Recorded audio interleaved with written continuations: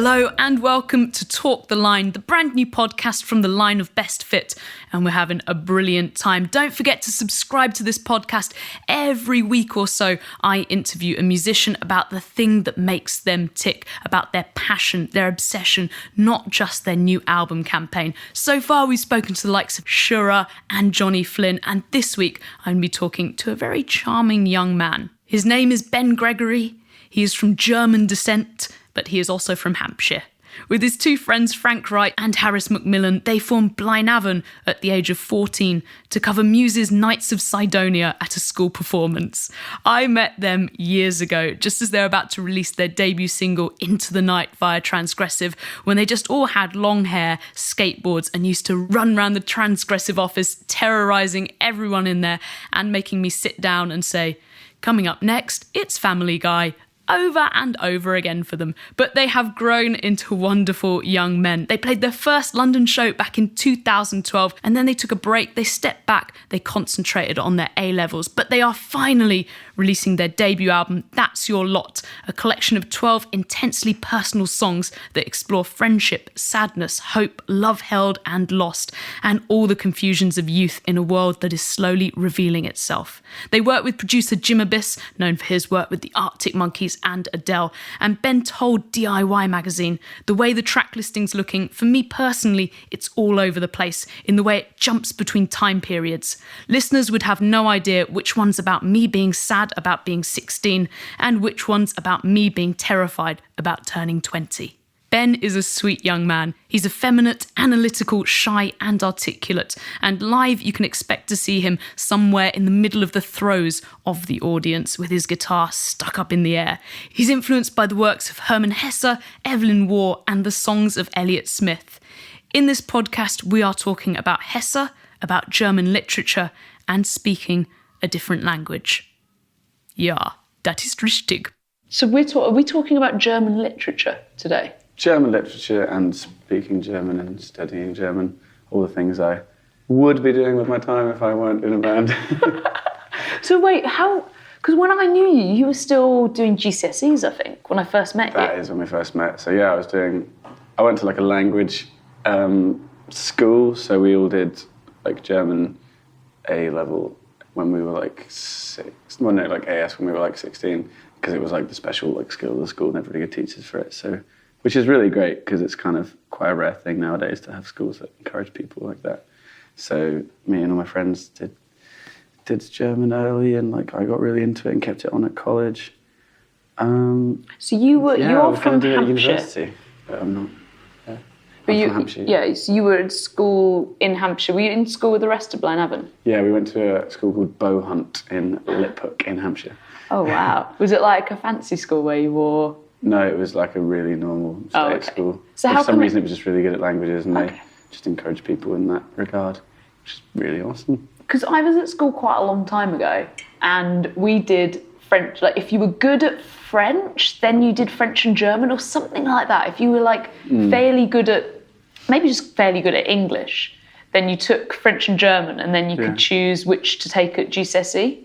And I hated German. It's a toughie. I understand why everyone's put off it, because it's like you're studying the same things you're doing in English lit, but it's in a different language, and reading anything takes like 30 times as long.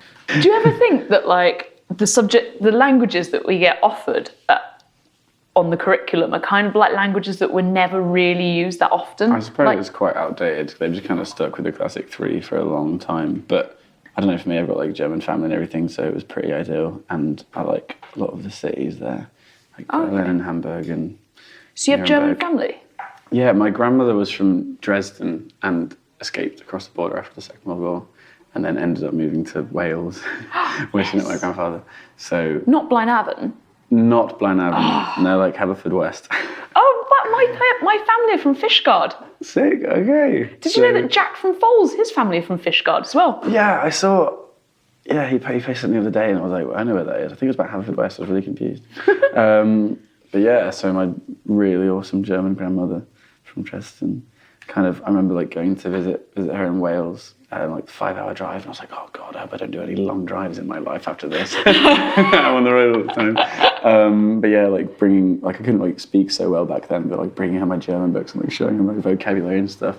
So I suppose, yeah, I was pretty inspired from her being so good at that stuff. Wow. To give it a go myself. I went to college, kept it on. I had a pretty inspiring teacher called Angela. You weren't in one of those schools where you call teachers by their first name? At college you do. College? So, really? So yeah, like yeah, I guess it's like 12, 13 when you're... No, I'm like friends with teachers from school on Facebook and I still call them Miss. If they were... Insert surname. You can't call if you were really by... friendly with them, like a music teacher who was really important to the band, Mr. Ogley, you would just call him Neil. He'd like rocking at lunchtime, be like, Neil, can we listen to Jesus Christ Superstar again? He'd be like, yeah, right, sure. No, I never got that. At college you started to call them the first name, yeah, for some reason. Don't know. Feel powerful. Feel like an adult. So what did you do? You did GCSEs. What did you do at GCSE?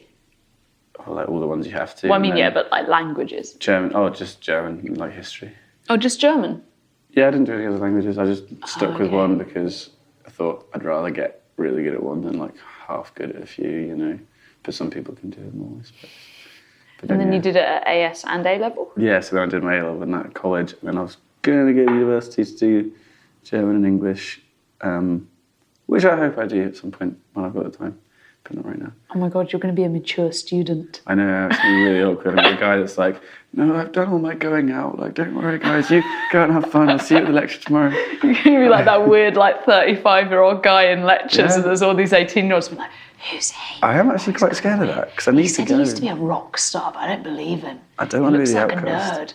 He looks like a nerd. Well, I know it's quite badass to be a mature student and just like hang out at the pub instead of like going and getting wasted all the time. But would you actually study German though? Would you study something? I was going to do German and English lit, and I still might do that at some point because it was all pretty useful for the music as well. Was something quite positive about it because I was really, really into maths as a kid, and especially at college, and I could spend like 6 hours straight just doing that, and then it was really good at calming me down because I was so like nervous and weird all the time. But then I don't know, I wanted to change and do some stuff that would kind of inspire my artistic output a little bit more, perhaps.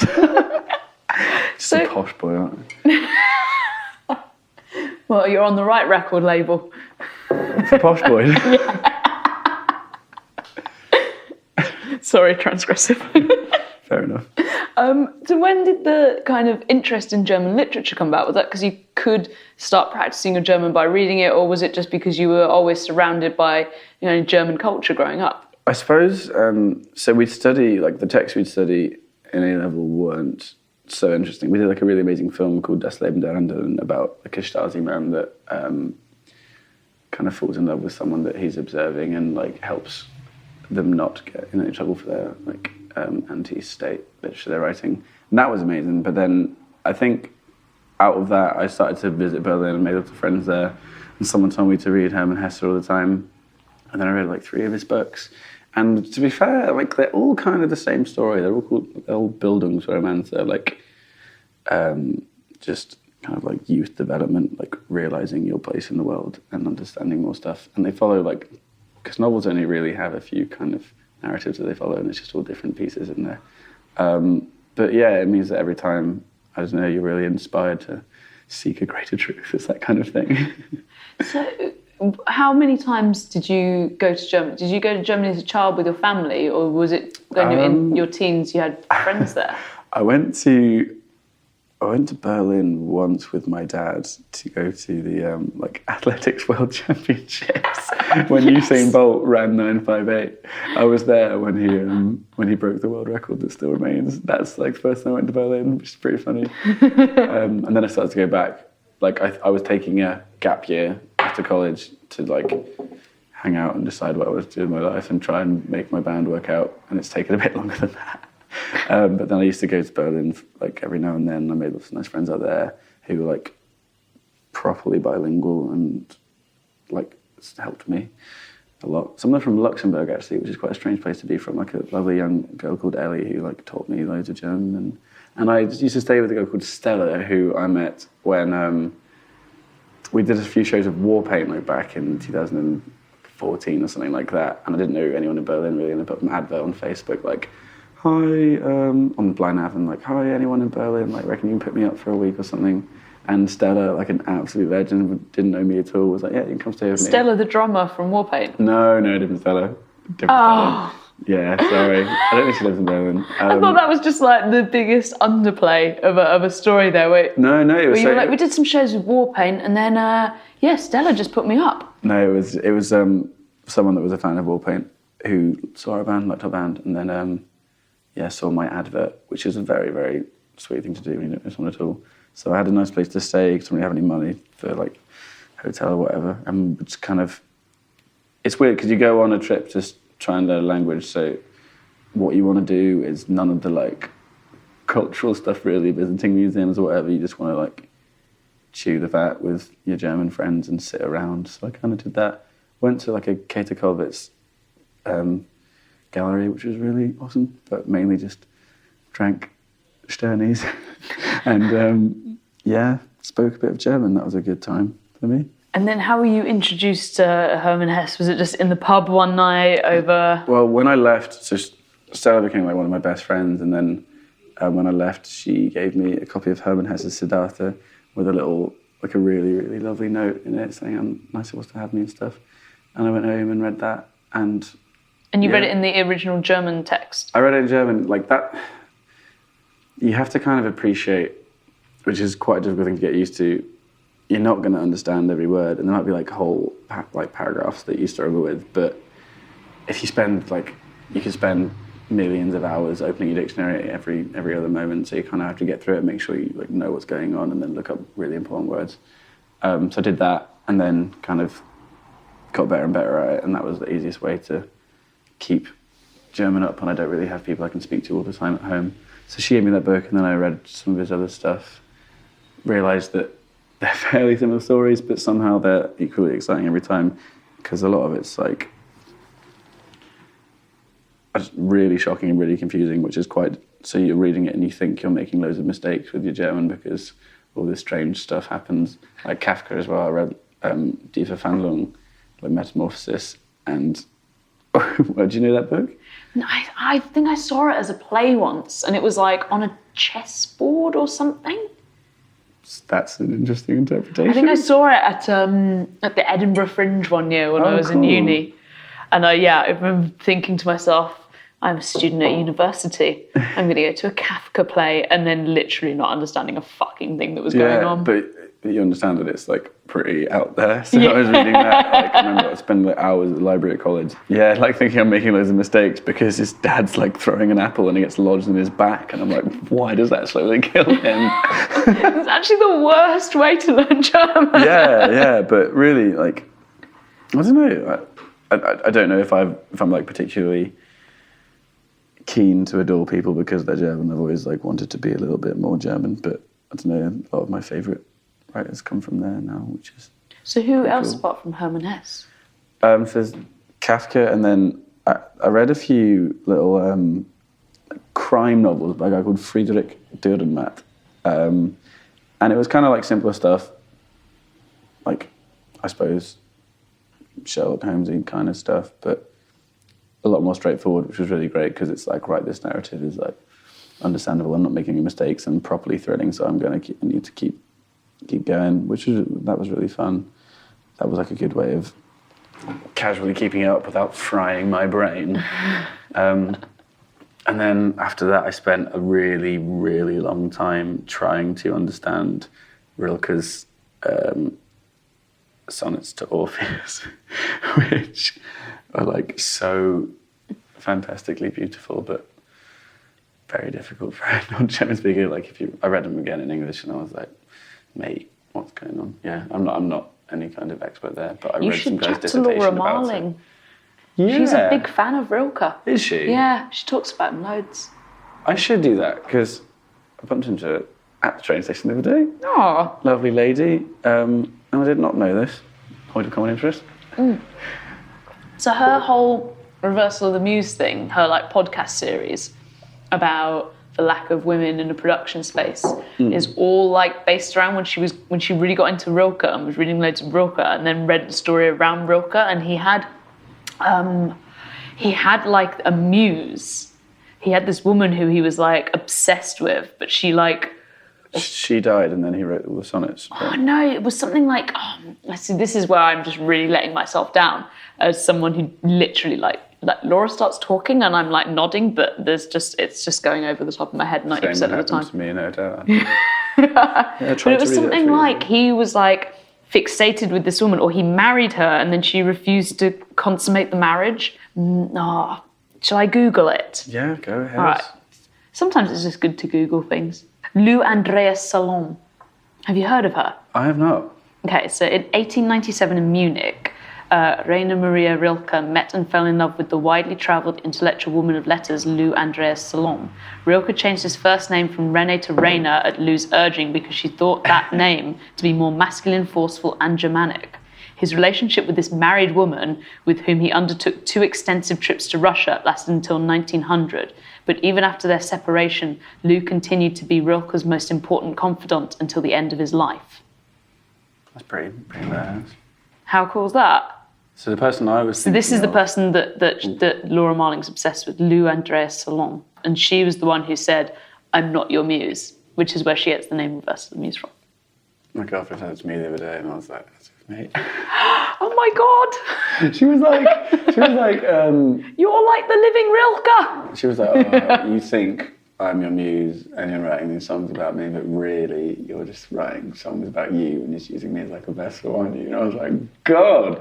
This was on our first date. She wasn't my girlfriend, and I was like, after someone said that, I kind of have to see them again. So then wrote her loads of songs. Like one song that had the lyric, "You're not a muse, just what I use to paint a different portrait of myself," and sent it to her.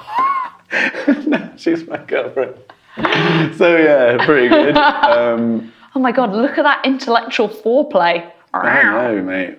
She's unstoppable. But the person I was thinking of was a young lady called Vera Okama, who apparently was a playmate of Rilke's daughter Ruth, and he dedicated the Sonnets to Orpheus to her as like a grave marker.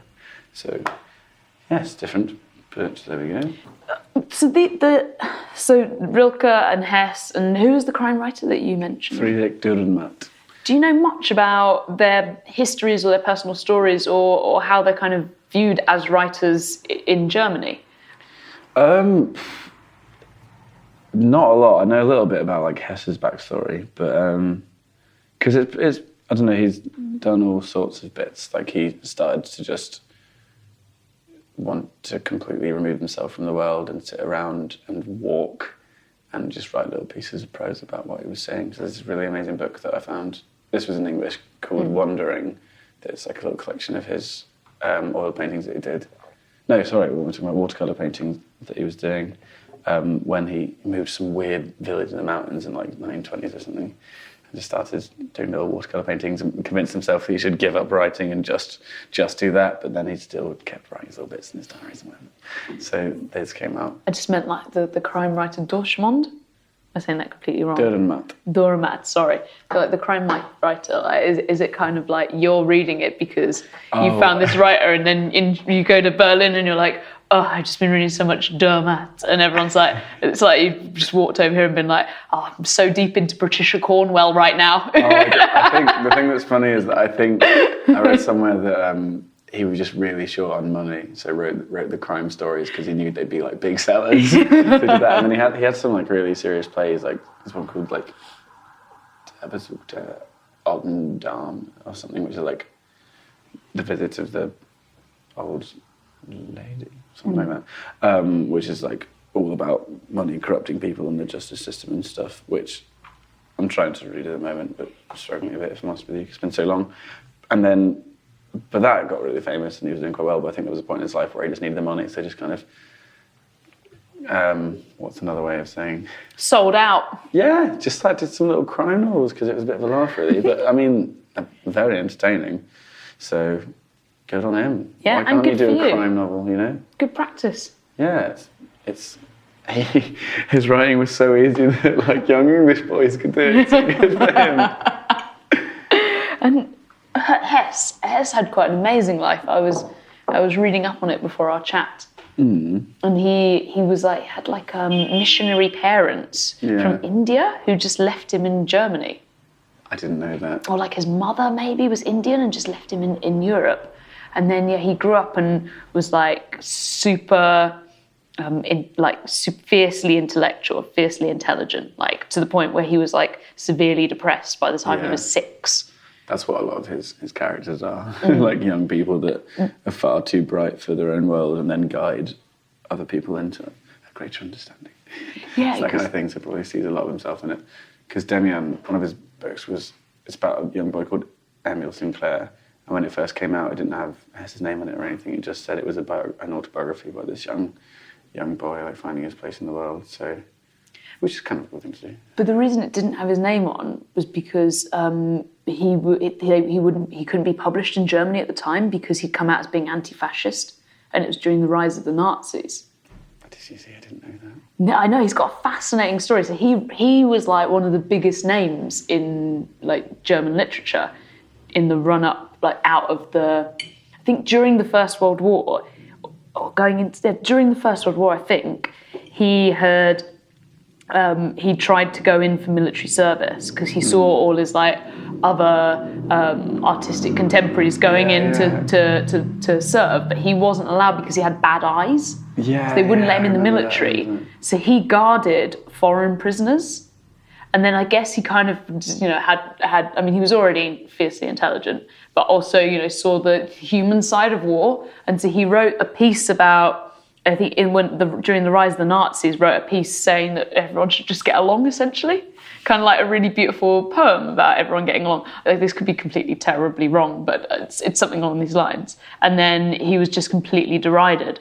And there was just such backlash from the German public against him because he tried to make the enemy sound human and tried to naturalize the enemy and I think he was just trying to do a nice thing and just got forced out the country and couldn't work there anymore. There's a pretty severe trail of people that happened to, like after the Second World War when East Germany was established and stuff. There was like such a massive group of poets and writers with all their literature against the state that were just shut up so severely. Like there was a guy called Wolf Biermann that I did a project on at school. This like, folk singer had a song called Warte nicht auf bessere Zeiten. It's like, don't wait on better times. It's supposed to be like a rallying call to the people to try and get up and do something about the situation, but it was pretty difficult. And he wrote all these really, really, really amazing songs, and then they just said like, yeah, out you go. And he was just expelled, and then there was like a massive uproar against it. But what do you think it is about his work that made you want to keep reading him or to talk about him over other writers? I don't know. It's hard for me to judge because it's in German, but like his turn of phrase was like so subtle, and just some of his descriptions like stuck in my head for such a long time that I had to like kind of steal his stuff and use it in songs. Like there's a line in Demian, I think, that's just like, I drank, like when she spoke to me, I drank her voice like the sweetest wine. And I don't know what it is about that quote that inspired me so much, but it was just such an original simile. You know what I mean? Like, I don't know, it's like just properly creative and romantic, which is really, really my vibe. It sounds like that Joni Mitchell song, where she's like, I could drink a case of you. Yeah. And I'd still be on my feet. Do you think Joni Mitchell likes Herman Hesse? Yes, definitely. Yeah, I think she does, yeah. Yeah. How did you become such a romantic, such a young romantic, reading poetry and introspective German literature? It's sort of because I was such a non-thinking mathematical robot for such a long time, which is really weird for me to think back on, but like that used to be kind of my way out of being troubled by anything, just to study maths and because you can kill so many hours by doing that and kill so many thoughts as well, which is a sad thing, but it's like the only thing ever in my life has properly been able to shut my brain up. If I'm trying to read something, I drift away and worry about stuff, but if I was like solving little puzzles, I could just, get through it, which is why it was so great. But then, I don't know, I started to feel like I was a little bit limited. I wanted to find a bit more beauty. You talk about Hesse, most of his narratives being fairly similar. And from what I've incredibly briefly read, most of them seem to be semi-autobiographical or play with the themes of autobiography. What do you mean? So, I mean, I read a Wikipedia page about him, and it said that a lot of his novels kind of play with the concept of autobiography or follow that sort of narrative. What, in that they're in the first person?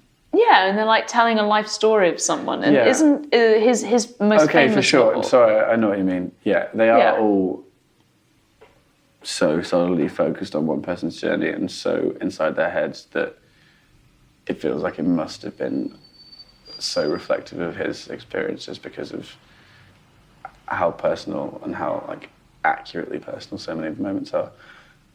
But I guess it's hard to say whether that's just because he's a really brilliant writer, but it's probably more than that. It's probably because of some level of autobiography. But he just, I don't know who it was, and maybe there must have been some person in his life that like took him under their wing and inspired him totally and made him discover all these amazing things, because that's like such a running theme in his novel. There's always like a guide that takes someone that's clouded but has loads of potential and shows them this whole other way of thinking. It's all about like, I think it's called like the shine belt in Demian, which is like the seeming world, like what we believe we're experiencing, and like all this greater stuff around it that we need to find and, discard material things and see beauty in poetry, that kind of stuff. Which, it's a pretty, like I said, there are only so many like structured novels that can be written, and he chose to do this one. But where was I? Yeah. Do you think that's part of, but I was kind of going to finish on there with or tag on there was, do you think that part of the reason that you're so attracted to his writing is because it is that like soul searching? Yeah, it's perfect. Like kind of like introspective, self-involved to a certain extent. It's like young romantic kids that believe, I don't know, like struggling through just being a young person, which can be so banal, and wanting to find something more beautiful to focus their attention on, and seeing how all the other people in his novels can be inspired, and then thinking, oh, maybe I'll find this person that can lead me this way, or maybe I am this person, which is quite sweet. Sorry, it's been a long time. Do you think it's embarrassing being incredibly romantic? You keep giving me this look where you're like, no, I'm more embarrassed that I just sound like I just don't know what I'm talking about, which is true to some extent. I just, read these and thought they were really great. And, I haven't spoken about it for quite a while now, but... Did you have a kind of period where you just digested his novels? Like, yeah, again, it was like a few years ago. It was just like all I would do. And it's when we were like making a demo record, and I'm doing a lot of writing for the album, and I just made sure that I was reading his stuff the whole time, because it was like, it just really got me. But then since then, I hadn't for a while, and then recently some young German girls come to quite a lot of our shows, and they were like, oh, I need to bring you a copy of Narcissus and Goldman, which you can read. So I think they're giving it to me on Friday in Brighton, and then I'll be able to talk about it much better. But you said, is it embarrassing to be young and romantic? Is that what you said? Or just, to speak with such a kind of, almost like a romantic naivety. I think is quite beautiful. What, to find it embarrassing? No, to do so. Okay. Yeah, I'm always terribly worried of sounding cliched or pretentious, so I kind of giggle at the end so no one takes me seriously, which is incredibly sad. And maybe after this I'll get over that. No, it's fine. I've ended so many sentences with "just kidding." Yeah. I don't know, it's like, I guess maybe where I'm from, it was kind of frowned upon a little bit to want to be like super artistic and romantic and write poetry and all this stuff. So trying to talk about it's a little bit like frowned upon to be a young romantic, which is why it's so convenient, the job I found myself in, because I can just like wear a suit or wear a dress and do whatever and wear loads of makeup, and it's completely acceptable. But then for some reason still, if I do that in the street, I'll probably get looked at loads and called a puff. Yeah. Forget what you're supposed to look like and just mess about a bit. Be a bit free and fun with it. I just like being silly. That's kind of all I seek in life, is to be a bit ridiculous sometimes. That's what your 20s are for. Yeah. And the rest of it. And your 30s. Did you want to talk any more about Steppenwolf? Have we passed that? No, we can. Just from it coming from is it like a so it was parody of an autobiography? So it was written as if someone had like discovered a manuscript that was like in the centre of it and has like a preface. Right. And leading on to this man, Harry, had his like the manuscript of his autobiography, which is just a really great trick to suddenly make things far more personal, like with the Emma Sinclair thing for Demian. Because when novels are about such internal torment, like Der Steppenwolf is, when you are led to fully believe the narrator, it's much easier to accept. So yeah, it's just pretty much like. I remember like listening to this. I don't know why I've got into this, but I used to really love the band Ice Age. Oh yeah. And I remember in one of the songs there's just a lyric that's like, to be split between existence. And then I was like, okay, he's definitely like a massive Herman Hesse fan. And I spoke to my friend about it that like knows him, and he was like, yeah, sometimes we go to the bar and he'll just like sit in the corner and just read Herman Hesse on his own. I was like, okay, sick. So yeah, because it's just like, which I tried to incorporate in my record quite a lot, just like two sides to your personality, and one that's like breaking out and one that's like fitting in, which is like the wolf in this man who's, Is that how you say it? Herman Hesse? Herman Hesse, yeah. Okay, I've been saying it wrong the entire podcast. I think everyone in England says Herman Hesse, which is how you would say it if you were. Okay. Yeah, the internal struggle. Yeah, so the wolf and the man. Like the front you put on in society and to fit in and everything, and then like the secret outrageous thoughts you have and the ridiculous things you want to do and the wolf that you want to be, which is pretty poignant when you're like a young middle-class boy from a town in Hampshire so he can get on stage and just be like this ridiculous figure of entertainment instead of walking around the street trying to make sure no one's like staring at him. Which is kind of how I feel all the time. I grew up fairly near where you grew up, I think. I was like Surrey, but like the Hampshire border. That's right where I live. Yeah. So. Where did you grow up? In Camberley. Yeah, I know where that is. Yeah. That's like only like half an hour away, I think. It's just, I mean, people still live there, but just felt like such a culturally dead town, especially now that like my parents have moved back to Wales, and my like best friend from school lives in San Francisco actually, and so I literally have no reason to go back there whatsoever. I have my parents there, but I mean everyone else has left. All my friends are at universities in different towns, so I get back there and occasionally Frank is around. Harris is sometimes there, sometimes in Brighton. And it's like, Christ, like, it's lovely to go see my mum and have dinner every now and then, but I can't be there anymore. But it's that thing where I thought I was being very provocative. I mean, the saving grace, I think, for me growing up in Camberley was there was a rock club there called the Agincourt. Which we don't have that. We've got the local pub. It's pretty horrible. Well, they had one in Farnborough. Were you near Farnborough?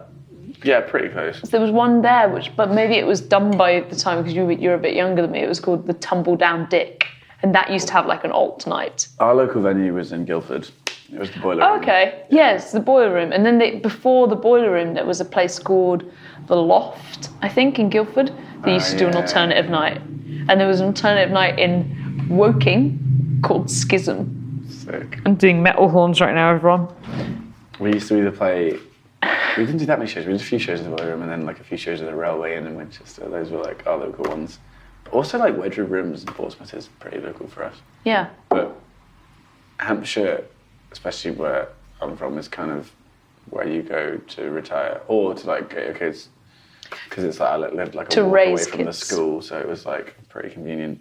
But going back there now as like a 20-year-old, I'm 21, so I'm 21 the other day.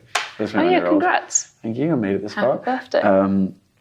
Yeah, there's not a lot going on. So, but I mean, wearing nail varnish as a man in Hampshire and having long hair, like you would get looks at in shops. Like I remember there was a time when I lived in Surrey where I thought I was like the height of cool, but I had this Deftones hoodie. That is pretty cool. It was pretty cool, and I refused to take the hood down.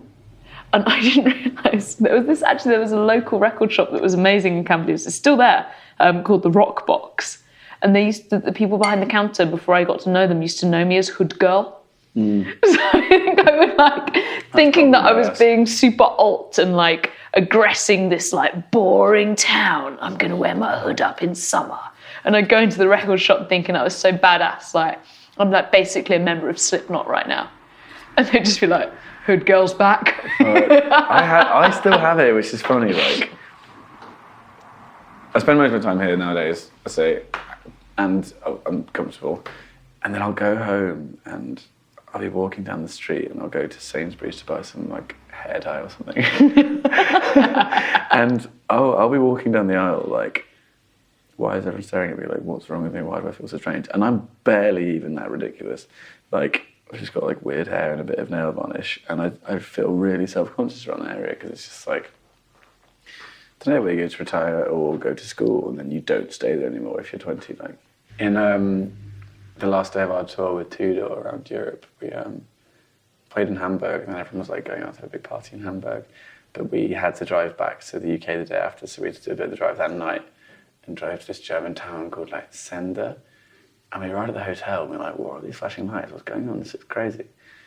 And like all the locals and the people that worked at the hotel were having like a locals only hotel party.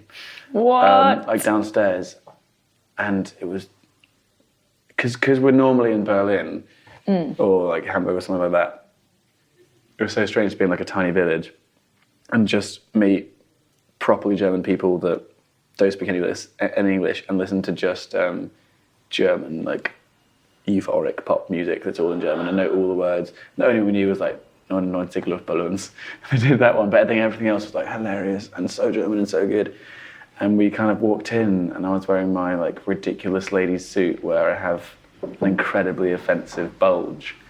And we walked in and just, everyone was sitting around these tables like all around the room, not really having that much fun. And Frank and I and my brother was there as well. Just, you know, started doing a little dance, pretty ridiculous dance. And then a couple of like old ladies came over and joined in and having such a good time. And a man started to remove us until like the main boss realised, like, wait, these kids are bringing the fun. And he came over to us and was like, you guys have really lit this party up. Would you like some free beer? And they gave us free beer all night. And all we had to do was just like dance with these like really lovely old ladies and pretend like we knew the words of these German pop songs while like punching our arms in the air. It's amazing. And yeah, that was like one of the best nights of tour. It was like the perfect conclusion. Got a really, really good photo with some of the ladies as well. And the one at the front is doing like a massive dab as well. I don't know if she meant to, but she's like kneeling at the front, like dabbing. Because they were like, like English boys, what was your band called and whatever, like writing our band name down, like taking pictures with them. And they're like, have you ever come back to like Sender? Like you can stay with us this hotel, like give you a good price. And we were like, okay, great, I'll definitely let you know. Like that party was awesome. And yeah. So good. Because it's so hard to find German people that don't speak any English. Like, a really refreshing treat to speak to them. And then he'd like try and talk to me in German, and then try and talk to me in English, and like struggle, and then say something to his wife in German, and I'd be like, no, it's cool, I got it. But then he also said to me, like, this is one of the few things in English he could say somehow was, if you dress like that, most German girls think you're puff. I was like, okay, mate. How that's what you can say in English. Yeah, I was like, you couldn't ask me if I wanted a beer. Like, you had to do that in German, but you can call me a puff in English. This is the thing that annoys me with trying to learn, trying to progress in a European language, not necessarily a foreign language, but in a European language. Because when you go to Paris, for example, and you sit down and you're like, excusez-moi, je voudrais un vin rouge et le pain. And you think that you're doing so well. And they're like, okay, yeah, so what size glass of wine do you want? Yeah. Do you want a bottle? And you're like, just humour me. Indulge me. Yeah. Let me try. Because I'm not going to learn if you just keep talking to me in English. We get it. Your education system was better than ours. Why don't we like make all the TV? Don't we? But it's either like they want to show off that they can really do it, which is like fair enough. If someone I worked in the shop and they came in and spoke to me in German, tried to speak English, but they were clearly German, and I'd be like, I'll speak a bit German, how fun would this be? But, fair point. But like they're either doing that, or sometimes you just feel like they want to make you feel bad and show you that like you can't do it and I can, and it's really difficult. But like recently, the last few times I've been to Germany, like people, you start speaking a bit of German and they do a little smile as if to say like, I know this isn't quite working out for you, but you're trying, and like we appreciate that, which is like the best you can do really. And then like what people, it's like when you're speaking to someone that doesn't speak that much English, you have to really appreciate, like, pick your words so carefully so that you don't accidentally say some kind of really weird idiom that just won't make sense, like, and just speak quite plainly so that people can get along and everyone can understand each other, which is quite a skill to adapt when conversation is so fast these days. Yeah, I suppose that is sort of the other end to it, is that waiters working in a tourist area of a busy Paris town centre. They can't get a job there unless they can speak English. Yeah, but they're probably just like, come on, fucking hurry up. I want to write your order down and move to the next table. I don't want to like fanny about for 2 hours while you try and find the right word to order your meal. They're just thinking like, what fucking scran do you want, mate? Like, just give it yeah. They're all secretly from Liverpool, mate, all the French waiters. That's what I've heard anyway. As someone who has, over the course of this conversation, developed a newfound interest in German literature, and I feel like now I kind of want to go and read a bit of Rilke, and I want to read a bit of Hesse. What's my entry point? You know, like, if I were saying, oh, you want to listen to Foals? Well, you should start with Holy Fire, and then Total Life, mate. Start with Total Life Forever. Fair. So I was thinking on the spot of an analogy and it didn't work out. Good one. But you were thinking like transgressive? No, yeah. Which is nice. Well, yeah, it was, yeah. Thinking transgressive, indie pals. What's my entry point to German literature? I would start with Hesse's Siddhartha. Because, well, are you reading in English? Well, I mean, I don't think that I'm going to... that I'm going to spend several months on Duolingo just... Yeah, sorry. That's different. I started with Demian, and I would encourage people to do so, but that might be partially because you get such a similar but great experience from each one, and that's the one I started with. But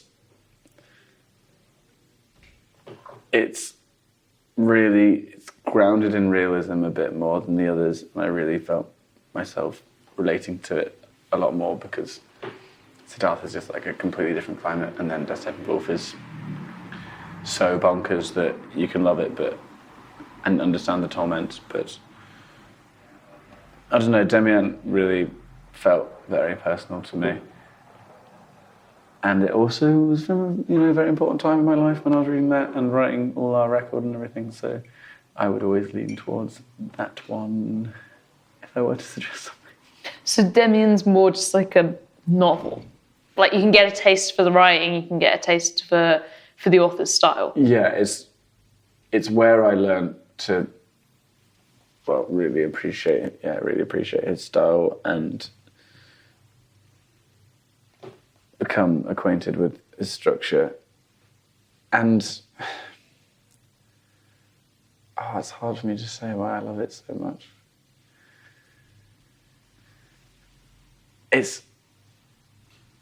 I don't know, it was so he meets a character called Max Demian, and I've had so many experiences in my life, like far too many, when I've been completely enamored or amazed by one person and want to spend all my time like dedicated to them because the way they think seems to be beyond me, and that just really captures me because I'm always like seeking someone that's like properly remarkable.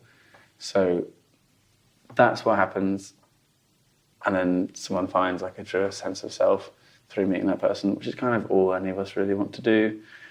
So that's why I'd recommend it. That's such a good recommendation, though. Maybe that's why I'm just like such a hopeless romantic that just like gets in brief crap relationships, because I just always want to like deify each person that I meet, because I've witnessed all these like buildings of romance about people finding themselves through others.